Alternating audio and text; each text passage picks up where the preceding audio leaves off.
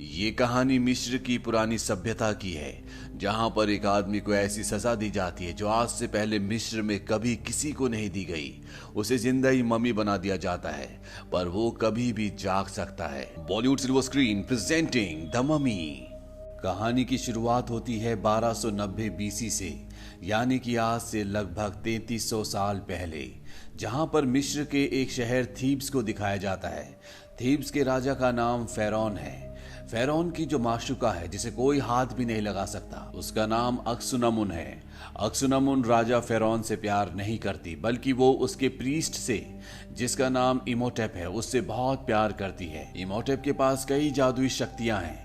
इन्हीं शक्तियों में से एक शक्ति से वो मुर्दों की दुनिया से आत्मा को बुलाकर इंसान को जिंदा कर सकता है। इमोटेप जब राजा फेरौन की माशुका अक्सुनमुन से मिलने के लिए आता है, उसी वक्त वहां पर राजा फेरौन भी आ जाते हैं और इन दोनों को रंगे हाथों पकड़ लेते हैं। पर ये दोनों मिलकर राजा फेरौन का कत्ल कर देते हैं। पर इससे पहले कि राजा फेरौन के गार्ड अंदर आते, अक्सुनमुन इमोटेप को कहते कि तुम यहाँ से चले जाओ, क्योंकि तुम ही हो जो मुझे जिंदा कर सकते हो। पादरी इमोटेप के लोग उसे वहां से ले जाते हैं और अक्सुनमुन अपने आप को मार देती है, क्योंकि वो जानती है इमोटेप उसे जिंदा कर सकता है, और वो ऐसा करता भी है। उसके लोग अक्सुनमुन की डेड बॉडी को चुरा लेते हैं, और जब इमोटेप उसे जिंदा करने वाला होता है कि वहां पर राजा फेरौन के गार्ड्स आ जाते हैं, जो इमोटेप को पकड़ लेते हैं। उसे एक ऐसी सजा दी जाती है जो आज से पहले कभी किसी को नहीं दी गई। उसे जिंदा ही मम्मी बना दिया जाता है और एक ताबूत के अंदर डालकर ऊपर से वो कीड़े छोड़ दिए जाते हैं जो उसके पूरे शरीर को खा जाएं। इस ताबूत को एक खास चाबी से बंद कर दिया जाता है, ताकि कभी भी कोई इसे खोल नहीं पाए। अगर कभी किसी ने इसे खोला तो इमोटेप संपूर्ण मानव जाति के ऊपर कहर बनकर बरसेगा। उसके पास उतने सालों की ताकत होगी जितने सालों तक वो ताबूत के अंदर बंद रहेगा। उसके ताबूत को मिस्र के देवता एन्यूबस की बहुत बड़ी मूर्ति के नीचे दफना दिया जाता है। कई 100 साल गुजर जाते हैं और वो मूर्ति, जो किसी जमाने में बहुत ऊंची हुआ करती थी, अब वो बहुत छोटी रह गई, क्योंकि पूरा का पूरा शहर जमीन के नीचे दफन हो चुका है। यहाँ पर देश विदेश के लोग इस जमीन के लिए लड़ते रहते हैं। वो इस बात से बेखबर है कि इसी जमीन के नीचे शैतानी शक्तियां आज भी सांस लेती है। यहाँ पर फ्रेंच आर्मी के एक सोल्जर को दिखाया जाता है, जो कि अमेरिकन है। उसे चारों तरफ से घेर लिया जाता है, पर तभी वहां से सब के सब भाग जाते हैं, क्योंकि उसके पीछे मिस्र के देवता एन्यूबस की वही मूर्ति है, जिस मूर्ति के कदमों के पास आज से हजारों साल पहले इमोटेप के ताबूत को दफनाया गया था। अब उन लोगों के जाने के बाद यहाँ पर रेत उड़ना शुरू हो जाती है। ऐसा लगता है कि रेत के नीचे कोई है, और तभी रेत पर एक चेहरा उभर जाता है। रिक यहाँ से निकल जाता है। इस शहर का नाम होता है हमुनाप्त्र। 3 साल बाद हमें मिस्र में एक लड़की को दिखाया जाता है जिसका नाम इवलिन है। ये इजिप्टोलॉजिस्ट है। इजिप्टोलॉजिस्ट उन्हें कहा जाता है जो मिस्र की पुरानी भाषाओं को, उनके कल्चर को स्टडी करते हैं। इवलिन को मिस्र की पुरानी भाषाएं आती है।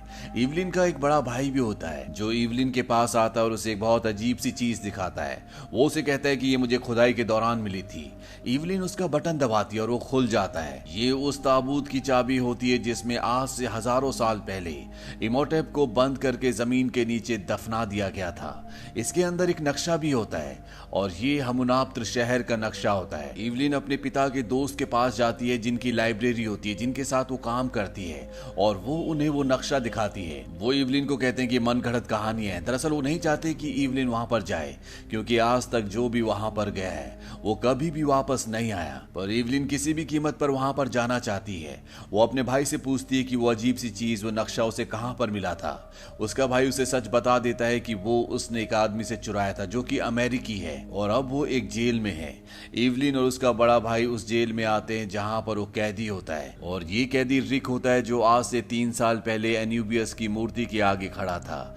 रिक समझ जाता है कि एवलिन और उसका भाई यहाँ पर क्यों आए। उसे आज फांसी होने वाली है।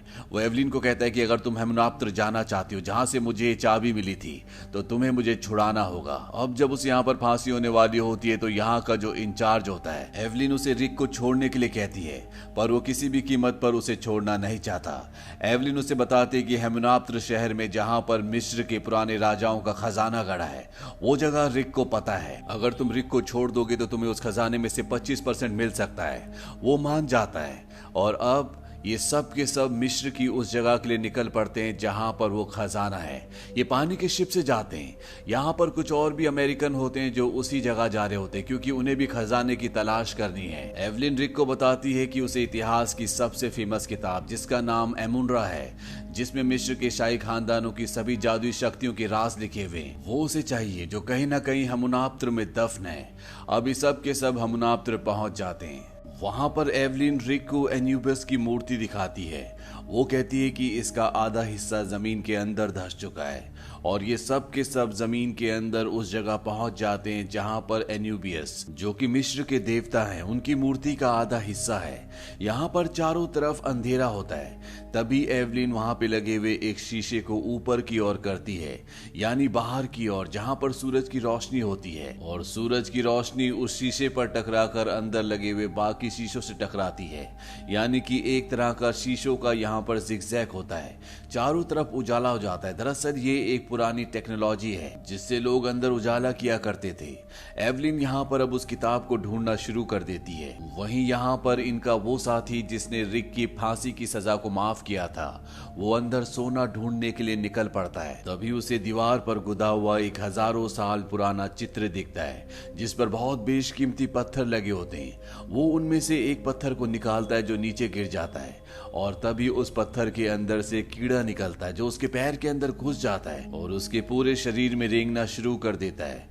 वो इस दर्द को बर्दाश्त नहीं कर पाता, वो पागलों की तरह भागता है और एक दीवार से टकराकर उसकी मृत्यु हो जाती है। एवलिन रिक और उसके भाई को कुछ समझ नहीं आता कि ये ऐसे पागलों की तरह क्यों भाग रहा था।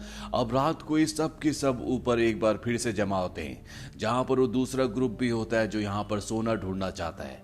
दरअसल अब इन सब के बीच में समझौता हो चुका है, जो भी सोना मिलेगा उसका हिस्सा हो जाएगा। पर तभी यहाँ पर इन पर हमला हो जाता है। कुछ लोग घोड़ों पर आते हैं जिन्होंने काले कपड़े पहने होते हैं, और ये बादशाह फिरौन के रक्षकों के वंशज होते हैं जो पिछले 3000 सालों से इस जगह की आज भी निगरानी करते हैं, क्योंकि ये जानते हैं कि ये मुर्दों की नगरी है। किसी ने अगर इमोटेप को उसके ताबूत से बाहर निकाला तो वो पूरे मिस्र को खत्म कर देगा। इन रक्षकों के वंशजों का जो लीडर होता है उसका नाम बे होता है। वो इन सब को यहाँ पर धमकी देकर जाता है कि तुम्हारे पास एक दिन है, तुम सब यहाँ से वापस लौट जाओ। पर उसकी बात कोई भी नहीं मानता और अगले दिन एक बार फिर से ये दोनों ग्रुप जमीन के नीचे जाकर अलग अलग सोना ढूंढना शुरू कर देते हैं। दूसरे ग्रुप को एक बॉक्स मिलता है जिसके बाहर एक चेतावनी लिखी होती है। उसमें लिखा होता है कि अगर किसी ने मरे हुए को जिंदा करने की कोशिश की तो उस पर एक श्राप लागू होगा। इस बॉक्स को खोलने वाले सभी लोगों को मार देगा, उनका खून चूसकर उनके शरीर के अलग अलग हिस्से निकालकर वो एक नया रूप धारण करेगा और आत्माओं की दुनिया से हमेशा के लिए हमारी दुनिया में आकर इस पूरी दुनिया पर अपना कब्जा कर लेगा। पर यहाँ पर जो लोग इस चेतावनी को पढ़ते हैं वो इसे एक अंधविश्वास समझते हैं और वो इस बॉक्स को खोल देते हैं। इसके अंदर वो किताब निकलती है जिसे पढ़कर आज से 3000 साल पहले इमोटेप अपनी माशूका को जिंदा कर रहा था, पर इसे खोला नहीं जा सकता क्योंकि इसमें खास तरह का लॉक होता है जिसे खास किस्म की चाबी से खोला जा सकता है, और ये वही चाबी होती है जो एवलिन के पास है। वहीं एवलिन रिक और उसके भाई को दिखाया जाता है। जब वो वहां पर बैठे होते हैं तभी ऊपर से वो ताबूत गिर जाता है जिस ताबूत के अंदर इमोटेप को जिंदा मम्मी बनाकर डाल दिया गया था। एवलिन के पास इस ताबूत की चाबी होती है जिस चाबी से इस ताबूत को खोल देते हैं और अगले पल अंदर से इमोटेप की सड़ी हुई बॉडी निकलती है। लेकिन इस सड़ी हुई बॉडी में एक खास बात होती है कि ये आज भी लगातार गल रही होती है। एवलिन ने अपनी जिंदगी में कई ममीज देखी है पर उसने ऐसी मम्मी कभी नहीं देखी। अभी रात को सब के सब ऊपर आ जाते हैं और जब सो रहे होते हैं तभी एवलिन उस किताब के पास जाती है। वो रिक को बताती है कि वो किताब नहीं है जो उसे चाहिए क्योंकि वो किताब सोने की बनी है। वो कहती कि शायद एक काले जादू की किताब हो। वो उस किताब को उस चाबी से खोल देती है जो उसके पास होती है और उस किताब में लिखी हुई कुछ लाइंस को पढ़ती है जिसमें लिखा होता है, सदियों से सोया है जो, जाग जाए वो, जाग जाए वो, जाग जाए वो। जैसी एवलिन इस लाइन को पढ़ती है तो नीचे तहखाने में जहां पर इमोटेप की मम्मी होती है वो जाग जाती है, यानी कि वो आत्माओं की दुनिया से वापस आ चुका है। और साथ ही साथ यहाँ पर बहुत सारे टिड्डे और अलग अलग तरह के कीड़े इन पे हमला कर देते हैं। इन कीड़ों से बचते हुए जब सब भाग रहे होते हैं तो एवलिन रिक से और अपने भाई से अलग हो जाती है और एक खुफिया दरवाजे से अंदर गिर जाती है, जहां पर इमोटेप की मम्मी होती है जो अब जिंदा हो चुकी है। यहाँ पर उन लोगों में से एक आदमी वो भी होता है जिसने उस बॉक्स को खोला था जिस पर श्राप लिखा था कि इस बॉक्स को खोलने वालों के शरीर से वो एक नया रूप धारण करेगा। इसीलिए इमोटेप की मम्मी इस आदमी की आंखें निकाल कर अपनी आंखें लगा लेती है और अब वो इवलिन की तरफ बढ़ रहा होता है। पर तभी यहाँ पर रिक और इवलिन का भाई आ जाते हैं। रिक उस मम्मी को कई गोलियां मारता है और ये सब के सब उस जगह से निकल जाते हैं। तभी इनके सामने राजा फेरौन के रक्षकों के वंशज आते हैं, जिन्होंने एक दिन पहले इन्हें चेतावनी दी थी कि तुम सब यहाँ से चले जाओ। वो इन्हें कहते हैं कि हम 3000 सालों से इस मुर्दा से डर रहे हैं और अब इसे कोई भी नहीं मार सकता, अब सबका खात्मा हो जाएगा। अब इवलिन, रिक और इनके जितने भी साथी होते हैं सब के सब वापस आ जाते हैं। रिक यहाँ से निकलना चाहता है पर इवलिन उसे मना करती है। वो कहती है कि हमने उस मुर्दा को जिंदा किया है और अब हमें उसे खत्म करना होगा। यहाँ पर सब कुछ बदलना शुरू हो जाता है। आसमान से आग के गोले गिरने लगते हैं और उस मम्मी ने जिस आदमी की आंखें निकाली थी वो एक बार फिर यहाँ पर आके उसके पूरे शरीर को कंकाल कर देती है, जिससे उस मम्मी का शरीर पहले से भी ज्यादा डिवेलप होना शुरू हो जाता है। यहाँ पर रिक और इवलिन आ जाते हैं। रिक मम्मी पर कई गोलियां चलाता है लेकिन उसके शरीर पर गोलियों का कोई भी असर नहीं हो रहा होता। पर जब वो यहाँ पर एक बिल्ली देखता है तो उससे वो डर जाता है और इस जगह से भाग जाता है। रिक और इवलिन को कुछ समझ नहीं आता कि वो बिल्ली से क्यों डरा था। इसीलिए वो मिस्र के पुराने राजा फेरौन के रक्षकों के वंशजों के पास जाते हैं, जो इस जगह की हजारों साल से रखवाली कर रहे हैं और जिन्होंने रिक और उसके साथियों को कहा था कि तुम एक दिन के अंदर यहाँ से चले जाना। वो लोग इन्हें बताते हैं कि बिल्लियां अंधेरी दुनिया की रखवाली करती हैं, इसीलिए इमोटेप उनसे डरता है। पर जब उसका पूरा शरीर उसे मिल जाएगा तो वो बिल्लियों से डरना बंद कर देगा। इमोटेप को अपना पूरा शरीर पाने के लिए उन चारों लोगों को मारना होगा जिन्होंने वो संदूक खोला था जिसके अंदर से काली दुनिया की किताब निकली थी, जिसे पढ़ने के बाद वो जिंदा हुआ।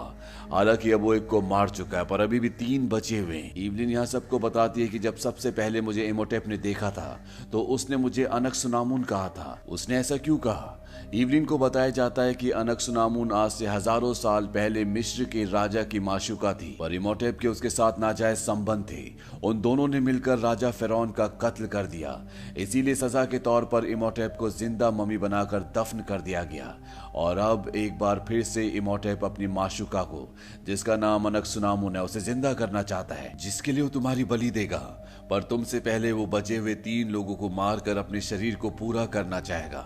अब बचे हुए 3 लोगों में से 2 यहाँ पर होते हैं पर एक यहाँ पर नहीं होता, जो कि एक इतिहासकार भी है और उसी के पास वो काले जादू की किताब है जिससे इमोटेप जिंदा हुआ था और उसी किताब से वो अपनी माशूका अनक्सुनामुन को जिंदा करना चाहता है। रिक अपने कुछ साथियों के साथ उस जगह तक पहुंच जाता है पर इससे पहले कि वो इतिहासकार तक पहुंचते वो देखते हैं कि इमोटेप वहां तक पहुंच चुका है। उसने उसे मारकर उससे वो किताब हासिल कर ली है, साथ ही साथ उससे वो बॉटल भी हासिल कर लेता है जिसके अंदर अनक्सुनामुन का एक अंग है। ऐसी और भी बॉटल्स हैं जो उसे हासिल करनी है।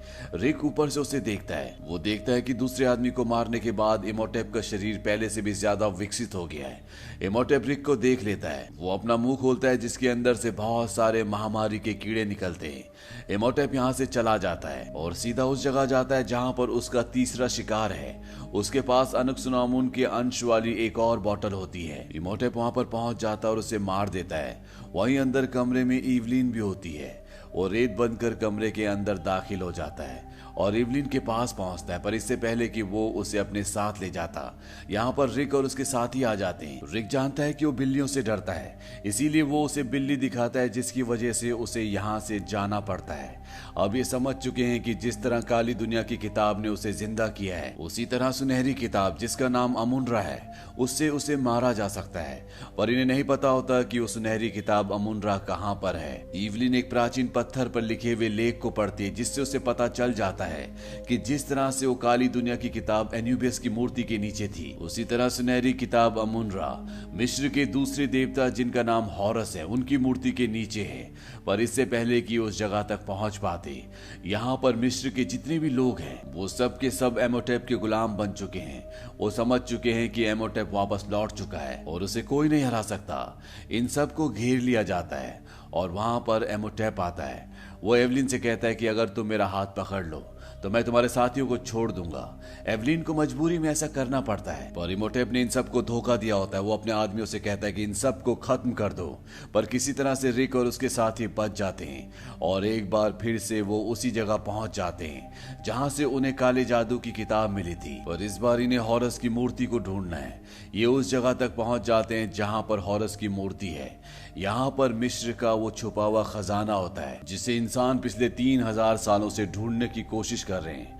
वहीं दूसरी तरफ इमोटेप को दिखाया जाता है जो अपनी माशूका अनक्सुनामुन को जिंदा करने की तैयारी कर रहा है। उसे पता चल चुका है कि रिक यहाँ पहुंच चुका है, इसीलिए वो अपने जादू से दीवार पर गड़ी हुई ममीज को एक बार फिर से जिंदा करता है और उनके पीछे भेजता है। वहीं खजाने वाली जगह पर रिक और उसके साथियों के ऊपर ये ममीज अटैक कर देती है, पर किसी तरह से ये हॉरस की मूर्ति तक पहुंच जाते हैं और उसके नीचे जो सुनहरी किताब होती है वो उसे हासिल कर लेते हैं। वहीं इमोटेप ने अनक्सुनामुन को जिंदा कर दिया है, पर उसे उसके वापस शरीर में लाने के लिए उसे एवलिन की बलि देनी होगी। और इससे पहले कि वो उसे मारता, वहां पर एवलिन का भाई आ जाता है और उसे सुनहरी किताब दिखाता है, पर इसे खोलने के लिए भी वही चाबी चाहिए जो अब इमोटेप के पास है। पर किताब के बाहर कुछ पंक्तियां लिखी होती है जिसे एवलिन का भाई पढ़ता है। उसे पढ़ने के बाद यहाँ पर एक सेना जाग उठती है। एवलिन उसे कहती है कि उन लाइनों को पूरा पढ़ो ताकि ये सब तुम्हारा कहना माने। वहीं रिक एवलिन को छुड़ा देता है, पर अनक्सुनामुन जो कि अब जिंदा हो चुके, जो कि एक ममी है, वो उस पर हमला कर देती है। वहीं रिक पे वो सेना जिसे अभी अभी एवलिन के भाई ने जगाया है और रिक का पीछा कर रही होती है। पर अब एवलिन का भाई सारी पंक्तियां पढ़ चुका होता है और जैसी वो पंक्तियां पढ़ता है पूरी सेना रुक जाती है। इसके बाद वो उस सेना को ऑर्डर देता है कि अनक्सुनामुन को मार दो। वो सेना ऐसा ही करती है, वो अनक्सुनामुन को मार देती है, जिससे इमोटेप को बहुत गुस्सा आता है। वो एवलिन के भाई के पास जाता है, उसे गर्दन से पकड़कर ऊपर कर देता है, पर तभी रिक उस पर हमला करता है जिससे वो छूट जाता है। पर अब उसने इमोटेप से उसकी चाबी चुरा ली है। वो अपनी बहन के पास जाता है और ये दोनों उस किताब को खोल देते हैं। वहीं रिक को इमोटेप अब मारने वाला होता है, पर इससे पहले कि वो उसे मारता, एवलिन उस किताब की लाइनें पढ़ती है, काल उसे मार ले जा उस पार। तभी एक सफेद रथ आता है जो उससे टकराकर उसकी सारी शक्तियां ले जाता है, यानी कि इमोटेप का शरीर भी अब आम इंसानों की तरह हो गया है। और जब वो रिक की तरफ जाता है तो रिक अपनी तलवार से उसे मार देता है। इमोटेप कहता है कि अब मैं मुक्त हो गया। उसका शरीर जो जीवन और मरण के बीच चक्रव्यूह में फंसा हुआ था, अब उससे उसे मुक्ति मिल चुकी है। पर यहाँ पर सभी दरवाजे बंद होना शुरू हो जाते हैं। ये तीनों की तीनों किसी तरह से वहां से बाहर निकल जाते हैं और जैसे ही बाहर निकलते हैं वो पूरी की पूरी जगह जमीन के अंदर धंस जाती है। वहां पर मिस्र के राजा के रक्षकों के जो वंशज होते हैं उनका लीडर भी आता है जो इन्हें सब खत्म करने के लिए शुक्रिया कहता है। ये तीनों के तीनों वहीं पर खड़े हुए ऊंटों पर बैठकर निकल जाते हैं और अंत में दिखाया जाता है कि इन ऊंटों में उन्हीं के एक साथी ने यहाँ के खजाने को लादा हुआ है, यानी कि अब इनके पास बहुत सारा सोना भी है। इसी के साथ ये कहानी यहीं पर खत्म हो जाती है। ये मूवी ईयर 1999 में रिलीज हुई थी। IMDb पर इसकी रेटिंग है 7। इस मूवी का बजट था $80 मिलियन और बॉक्स ऑफिस पर इसने कमाई की थी $416.4 मिलियन की। उम्मीद करते हैं कि ये कहानी आपको पसंद आई होगी।